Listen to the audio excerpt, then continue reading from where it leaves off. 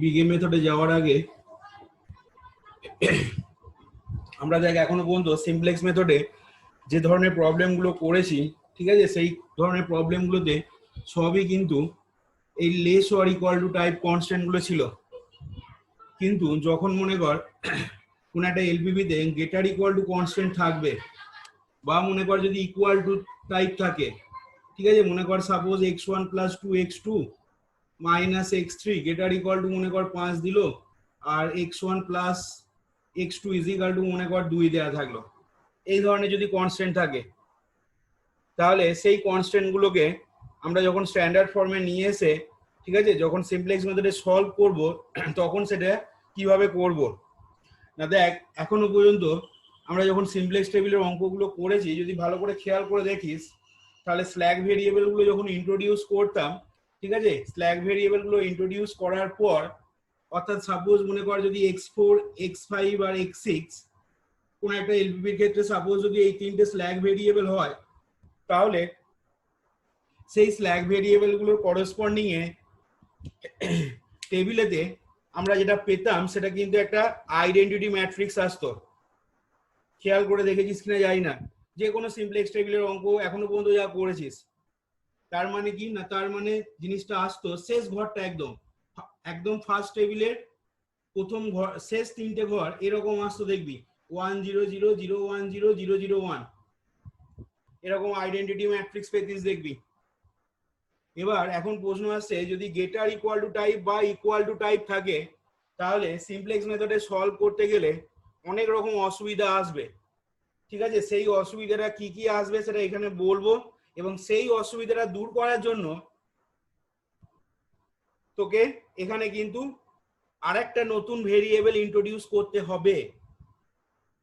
Slack এবং surplus variable ছাড়াও। এবং সেই ভেরিয়েবলটাকে বলা হবে কি না, সেই ভেরিয়েবলটাকে বলা হবে আর্টিফিশিয়াল ভেরিয়েবল। এবং এই আর্টিফিশিয়াল ভেরিয়েবল কিন্তু বিগ এম মেথডে তোকে নিয়ে আসতে হবে। এবার প্রশ্ন আসছে যে আর্টিফিশিয়াল ভেরিয়েবল ইন্ট্রোডিউস করার প্রয়োজনীয়তাটা কি বা দরকার কি, কেন দরকার পড়ছে না, সেইটা এবার এইখানেতে দেখ দুটো উদাহরণ নেব, এবং দুটো উদাহরণ নিয়ে দেখাবো কেন আর্টিফিশিয়াল ভেরিয়েবল বিগ এম এর ক্ষেত্রে বা গেটার ইকুয়াল টু এরকম ইকুয়াল টু টাইপ থাকলে কেন আর্টিফিশিয়াল ভেরিয়েবল নিয়ে আসতে হচ্ছে। তাহলে আজকে দেখ প্রথমে একটা প্রবলেম আমরা নিচ্ছি এরকম, সেই প্রবলেমটা হচ্ছে কনসিডার দ্য, লেখ প্রবলেমটা এরকম লেখ, let us consider the inequation, let us consider the inequation, আমরা কোন একটা এলপিবির ইনইকুয়েশন গুলো এখানে লিখছি। let us consider the inequation x1 plus 3x2 plus x4 less or equal to 5, তার তলায় 2x1 plus x2 এই জিনিসটা লেস অর ইকুয়াল টু 3, আর x2 plus 4x3 x2 plus 4x3 plus x4 এই জিনিসটাও লেস অর ইকুয়াল টু 3, আর x1 x2 x3 x4 এই জিনিসগুলো গ্রেটার ইকুয়াল টু 0 আছে। এরকম আমরা একটা সেট অফ ইনইকুয়েশন নিয়েছি দেখ। এবার এখান থেকে যদি আমরা স্ল্যাক ভেরিয়েবল তিনটি যেহেতু লেসার ইকুয়াল টু টাইপ আছে, তাহলে তিনটে ইনইকুয়েশনের জন্য তিনটে স্ল্যাক ভেরিয়েবল আমরা ইন্ট্রোডিউস করছি। তাহলে introducing slack variables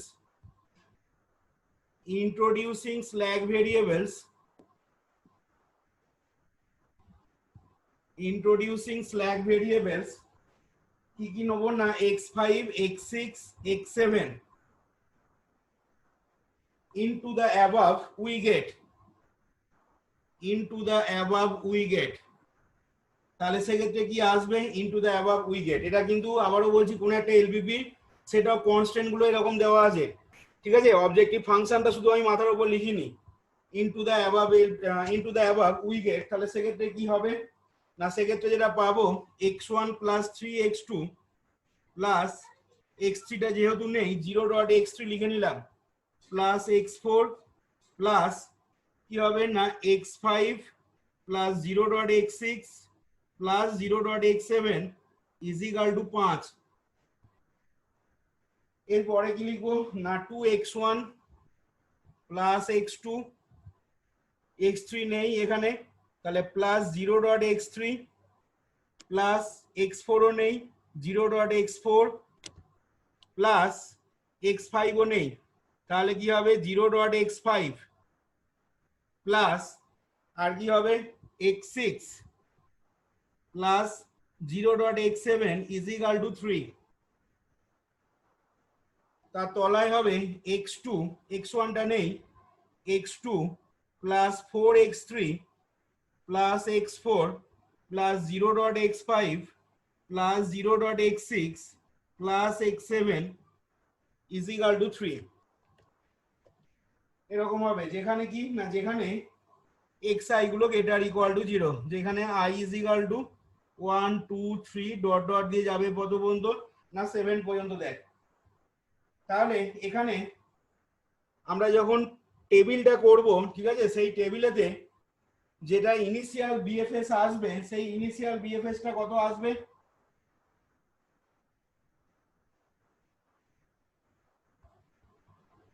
সেই ইনিশিয়াল বিএফএস টা কত আসবে, সেই ইনিশিয়াল বিএফএস টা আসবে 0 0 0 আর কত 5 3 3। এইটা হবে ইনিশিয়াল বিএফএস টা, বলতে পারবো স্যার আরেকটা 0 হবে। একটা 0 হবে। এবার এখান থেকে লেখো, এটা লেখার পর এখান থেকে লিখবে নাও পুটিং x1 সমান x2 সমান x3 সমান x4 সমান 0, পুটিং x1 সমান x2 সমান x3 সমান x4 সমান 0, we obtain x5 is equal to 5, x6 is equal to 3 and x7 is equal to 3, which are all positive, which are all positive। এবার লেখো the identity matrix, খেয়াল করে দেখবে এখানে যখন সিমপ্লেক্স টেবিলটা করা হবে তখন কিন্তু স্ল্যাক ভেরিয়েবলের যে ইয়েগুলো আসছে সেটা কিন্তু একটা আইডেন্টিটি ম্যাট্রিক্স হবে। the identity matrix যে লেখো 1 0 0, দেখো 1 0 0 0 1 0 0 0 1, এটা শুধু এই অঙ্কটা বা এই উদাহরণটার জন্য নয়, তোমরা এখনো পর্যন্ত যা প্রবলেম করেছো সিমপ্লেক্সের খাতায় নিজেরাই চেক করে দেখতে পারো টেবিলগুলোতে। the identity matrix দিয়ে লিখবে ম্যাট্রিক্স চিহ্ন দিয়ে 1 0 0 0 1 0 0 0 1, the identity matrix 1 0 0 0 1 0 0 0 1, এই আইডেন্টিটি ম্যাট্রিক্সটা obtain from the আইডেন্টিটি ম্যাট্রিক্সটা পাওয়া যাচ্ছে কোথা থেকে না, পাওয়া যাচ্ছে obtain from the coefficient, obtain from the coefficient of the slack variables, obtain from the coefficient of the slack variables provides the basis matrix, provides the basis matrix। এবার লেখো বাট প্যারাগ্রাফ চেঞ্জ করে লিখবে, এটা তো বোঝা গেল, এখানে কোনো অসুবিধা নেই আমাদের। এবার প্রবলেমটা এবার হবে বাট প্যারাগ্রাফ চেঞ্জ করে লিখবে if the constraints involve, but if the constraints involve both less than, but if the constraints involve, but if the constraints involve both less than, ব্র্যাকেটে লিখবে less than বলতে মানে lesser equal to টাইপ আর কি, but if the constraints involve both less than and greater than ব্র্যাকেটে লিখবে, greater than লেখার পর ব্র্যাকেটে একটা ফার্স্ট ব্র্যাকেটে লিখবে greater equal to, greater than type inequalities, greater than type inequalities, greater than type inequalities, then no such identity matrix can be obtained, then no such identity matrix can be obtained, then no such identity matrix can be obtained। অর্থাৎ যদি কোনো কনস্ট্যান্টে laser equal to এবং greater equal to type involve থাকে তাহলে সেক্ষেত্রে কিন্তু এরকম কোনো আইডেন্টিটি ম্যাট্রিক্স পাওয়া যাবে না। ফর এক্সাম্পল তলায় লিখবে, for example consider the inequations, for example consider the inequations, দিয়ে লিখবে minus x one plus x two greater equal to minus 2, তার তলায় লিখবে 5x1 plus 4x2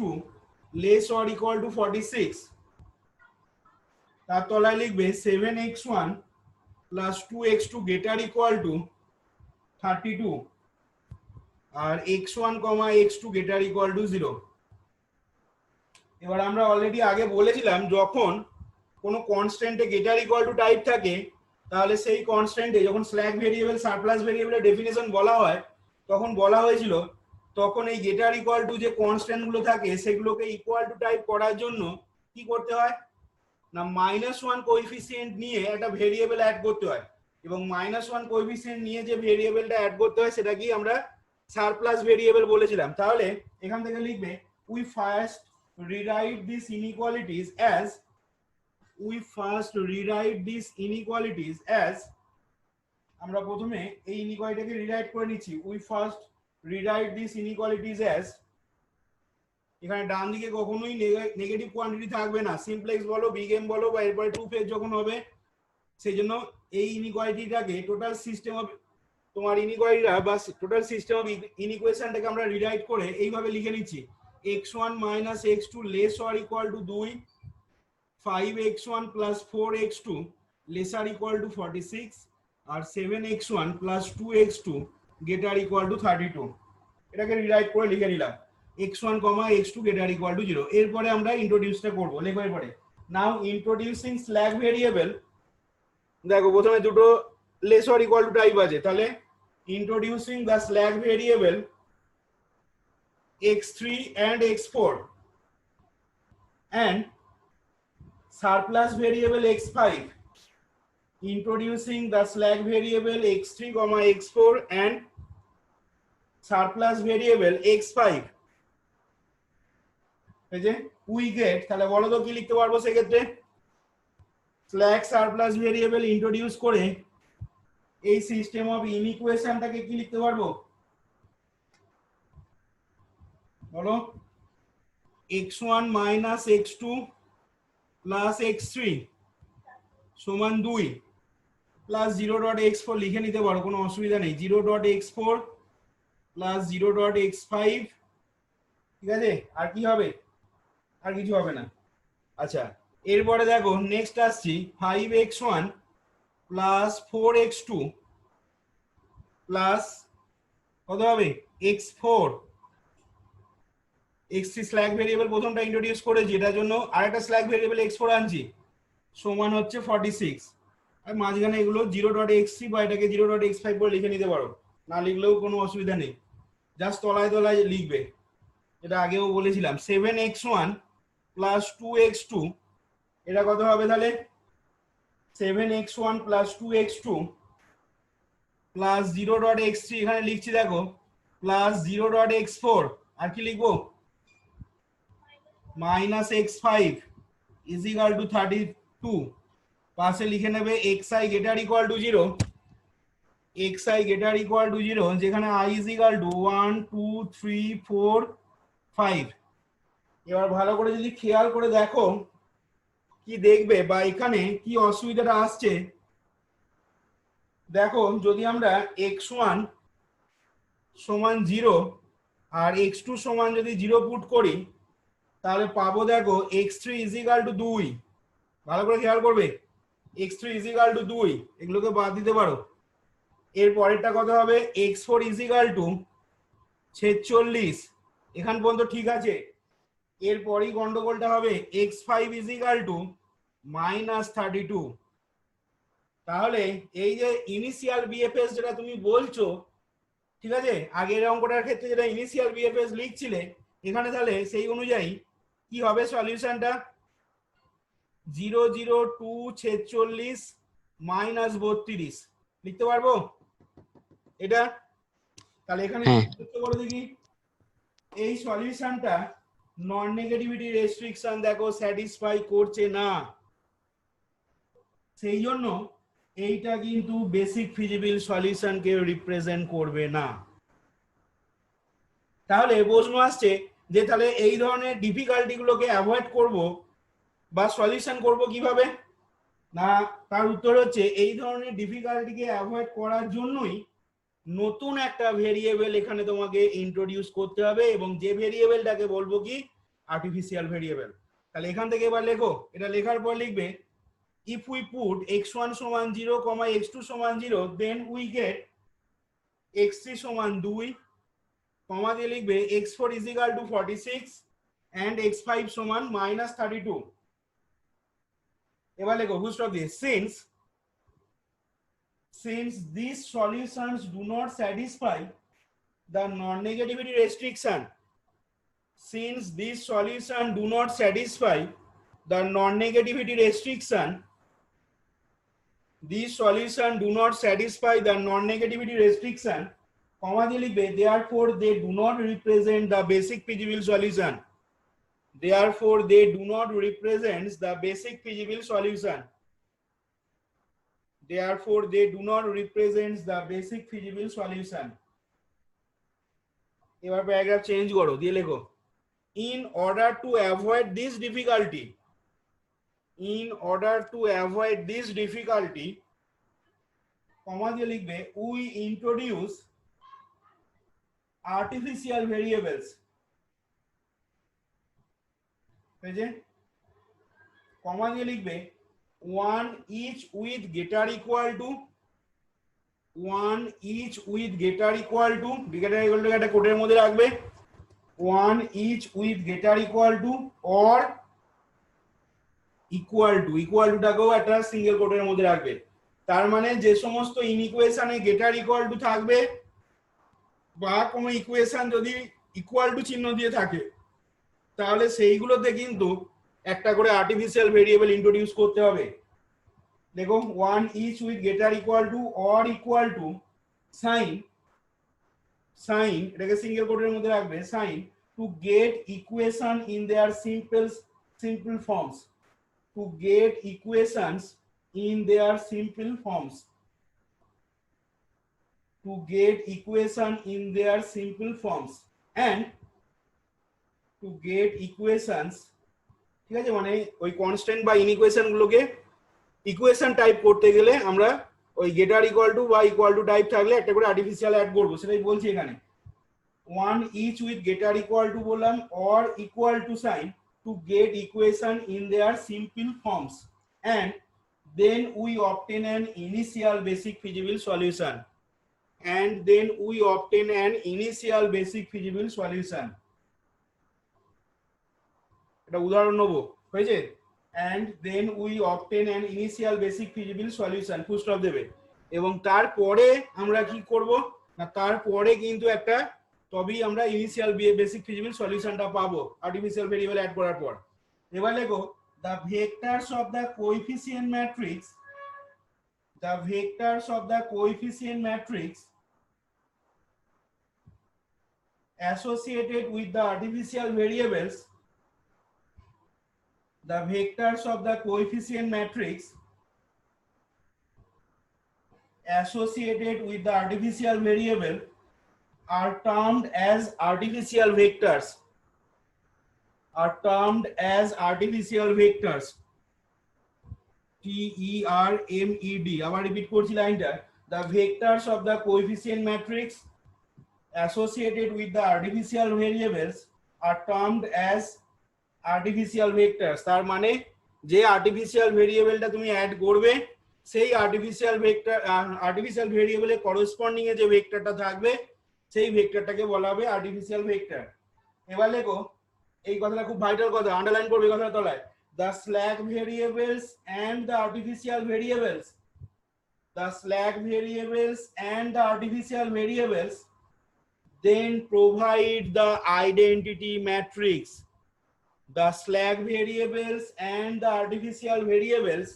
then provide the identity matrix, full stop দেবে। এই কথাগুলো তোমাদের অরুণ মুখার্জি বইতেও খুব ভালোভাবে লেখা রয়েছে, বিগেম মেথড শুরুর আগেই ইন্ট্রোডাকশন অফ আর্টিফিশিয়াল ভেরিয়েবল যে কথাটা বা যে টপিকসটা আছে, ঠিক আছে, সেটা পড়ে দেখবে বাড়িতে ভালো করে। অঙ্কগুলো করার আগে দেখবে তোমার 4.14 আর্টিকেল নাম্বারে দেখবে আর্টিফিশিয়াল ভেরিয়েবল টেকনিক বলে, তারপরে বিগেম মেথড আছে। ওই জায়গাটা একটু পড়ে দেখবে ভালো করে। যে কথাগুলো বলছি এখানে, যে কথাগুলো লিখছো সেই কথাগুলোই ওখানে বলা হয়েছে, অন্যভাবে বলা আছে। তাহলে এখানে বললাম the slack variable and the artificial variables then provide the identity matrix. এবার লেখো this new system of equation are called These new system of equation are called the augmented system. These new system of equation are called the augmented system. এবার দেখো একটা উদাহরণ নিয়ে যে জিনিসগুলো বললাম সেই জিনিসগুলো এবার ভেরিফাই করে দেখাচ্ছি। দেখো